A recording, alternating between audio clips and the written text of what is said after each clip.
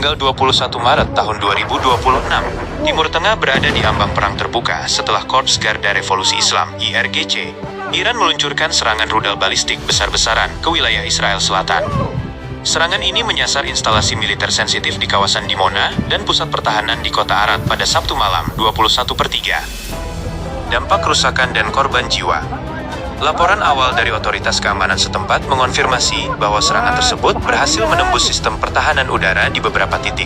Kota Arad, sedikitnya 8 orang tewas akibat hantaman langsung yang meruntuhkan 4 bangunan pemukiman. Kawasan Dimona, rudal menghantam area pemukiman dan gedung sekolah, memicu kebakaran hebat. Total korban, lebih dari 180 orang terluka dengan puluhan di antaranya dalam kondisi kritis. Motif serangan, balasan atas insiden Natanz. Teheran secara resmi mengklaim operasi ini sebagai balasan atas serangan udara terhadap fasilitas pengayaan nuklir Natanz sebelumnya. Pihak Iran menegaskan bahwa serangan ke Dimona, yang merupakan lokasi reaktor nuklir Israel, adalah pesan peringatan keras mengenai jangkauan dan akurasi rudal mereka terhadap aset vital lawan. Respons IDF dan pantauan internasional.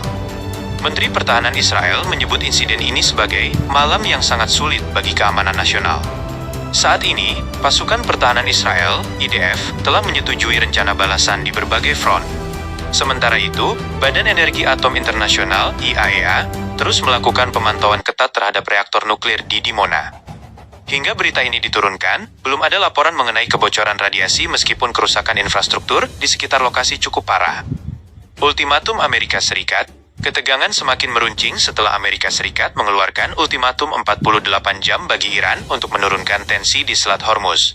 Jika tidak, AS mengancam akan melakukan serangan balasan yang menargetkan infrastruktur energi nasional Iran.